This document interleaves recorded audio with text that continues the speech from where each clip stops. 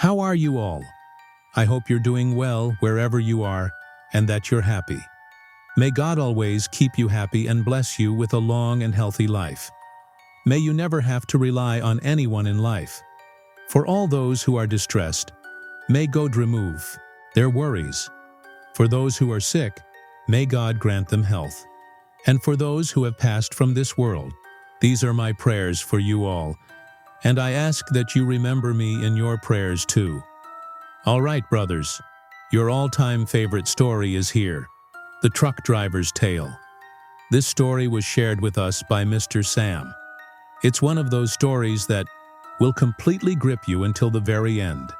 You simply won't be able to stop listening. It's very interesting, so listen till the end.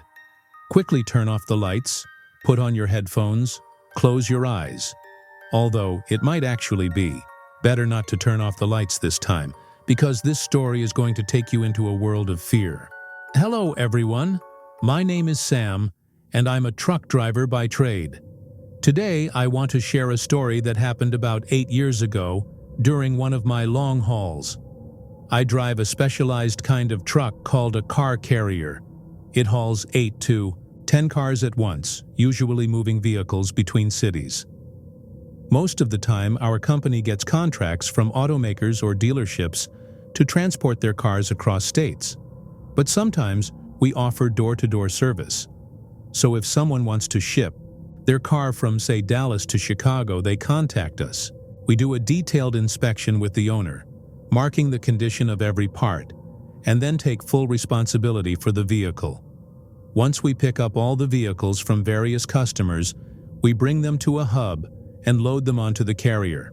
Sometimes, we have to load damaged cars using a hydraulic lift because they can't be driven.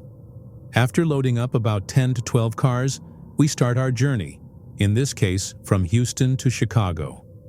We usually keep the speed at about 25 km/h because anything faster makes the truck unstable, especially with so many expensive cars behind us. I wasn't driving alone. There was another veteran driver, Mike, riding with me.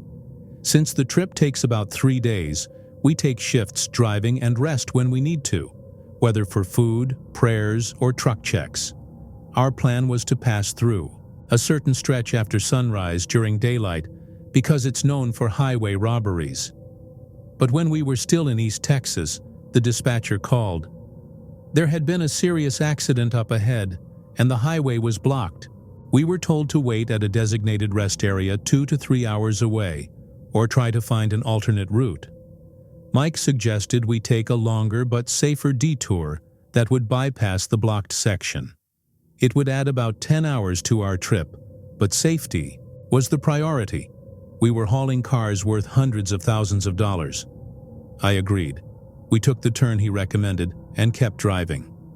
Let me tell you, it was a bitter cold winter night. Texas usually doesn't get this cold, but out in the open countryside, the chill was sharp. It was December, the dead of winter.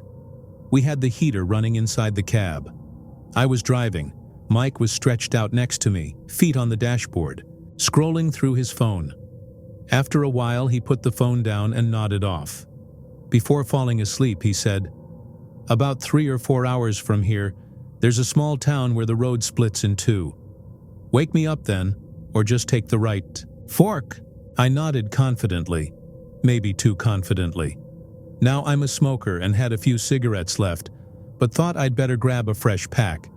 So I stopped briefly at a gas station in a small town, bought the cigarettes, and got back on the road. It never even crossed my mind that I'd taken the wrong turn. The road wasn't a sharp left, more like a gentle bend, so I didn't realize I'd veered off course. I kept driving. The road led into a desolate, barren stretch, rocky hills, dead trees, no houses, no streetlights, no traffic, just eerie silence. After a while, I saw something strange.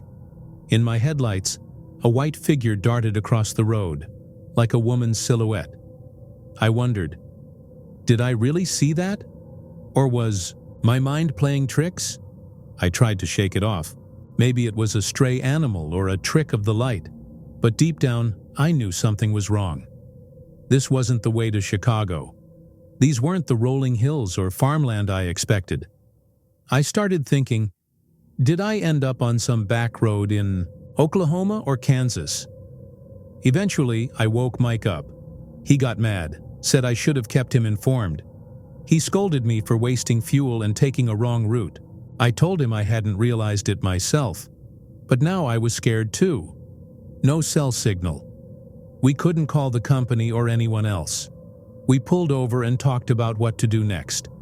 Mike said we should keep going. Maybe we'd find a town or another road to help us get back on track. Turning back now would waste too much time and fuel. So we kept going. Mike told me, "Keep your eyes on the road. Don't stop for anyone. If something happens, I'll tell you what to do. Just don't panic." He pulled out a baseball bat we kept in the cab for emergencies and set it next to him. Sounds silly, right? A bat against highway robbers. But when you're scared, you grasp at anything. I told him, "Let's pull over and ask someone before we go any further. If there's no way ahead, we should turn back now." I said, "Listen, something doesn't feel right. Just a minute ago I thought something passed right in front of the truck." He laughed. "You're imagining things. Don't freak out, I'll check it out.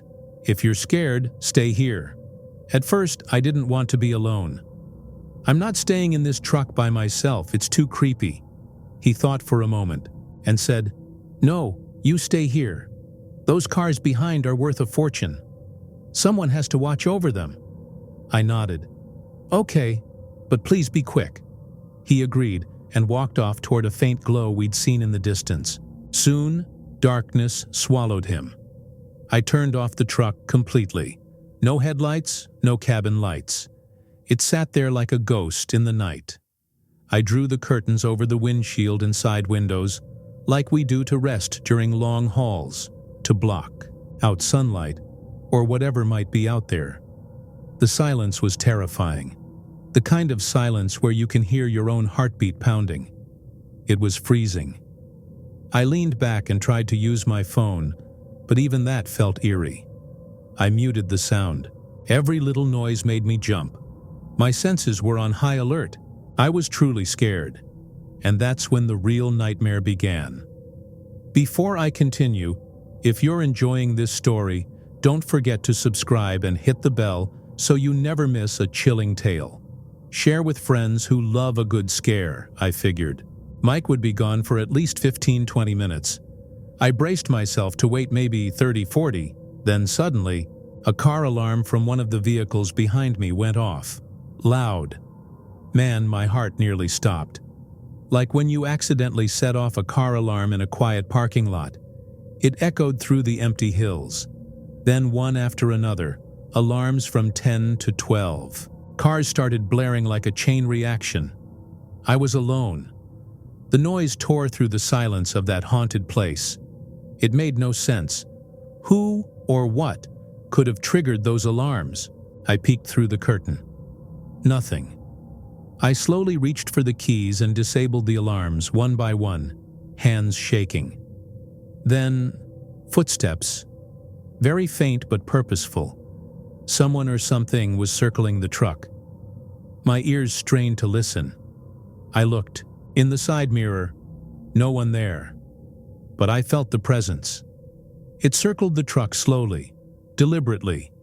Then another set of footsteps joined the first. Now there were two, whispering in a language I couldn't understand. Their voices were bone-chilling. "You might be safe in your bed now, enjoying the story, but I was living that nightmare." I was so terrified I lost control of my bladder. And then, as if it couldn't get worse, I felt the truck shake. Yes, someone, or something, was shaking it like a toy, but I had to stay calm. I held my breath and silently recited every prayer. I knew. Ayat al-Kursi, the four Quls. I begged God for help, for my safety, and for my friend who still hadn't returned. Then suddenly, I heard children laughing outside the truck. I couldn't see them, but I could hear them running around, playing, touching the truck, circling it. Out of nowhere, a woman's voice called from a distance. Her tone was the same eerie whisper I had heard before, only louder, like she was scolding the children. She said something in their strange language, but her meaning was clear. It was as if she said, "What are you doing here? Why did you bring the children? Go home, leave this place," and just like that, they vanished. The noise stopped. The air shifted. It felt like whatever was out there had simply walked away. I peeked again. The surroundings were completely silent. Finally, after what felt like forever, there was a knock on the truck door. I carefully opened the curtain, and there he was. My friend? He climbed in, visibly shaken. "I saw something strange," he said. "There was a small hut near the fire, fully equipped like someone lived there, but no one was around. I called out many times, no answer. I waited, still nothing. I got scared and came back. I didn't tell him what I had just experienced. He saw how pale and panicked I looked. 'You look terrified. Are you okay?' I just nodded. He offered to drive, but I refused. My seat was, let's just say it needed cleaning. I started the truck and turned it around. We drove back hour after hour through that cursed route. All the while, I kept expecting to see something in the mirrors, but thankfully, nothing happened. We finally reached the main road and stopped at a roadside diner to wash up and eat. I told him everything. The owner overheard and asked, "Did you guys just come from that side?" We nodded. He said, "Locals call that place Jinn Valley. Many have had similar encounters. No regular traffic goes there. Only trucks like yours, and even they avoid it unless necessary. That place is haunted." He was right. We had taken a wrong turn. There was no route to our destination from that side anyway. Thank God we turned back. That night changed something in me. I'll never forget it. And yes, this wasn't the only horror story in my life. I'll share another with you very soon. If you enjoyed this story, don't forget to like, comment, and subscribe. Hit the bell icon so you never miss a new horror tale. Until next time, take care of yourself, and remember, sometimes the scariest things are the ones you can't even see. Goodbye for now.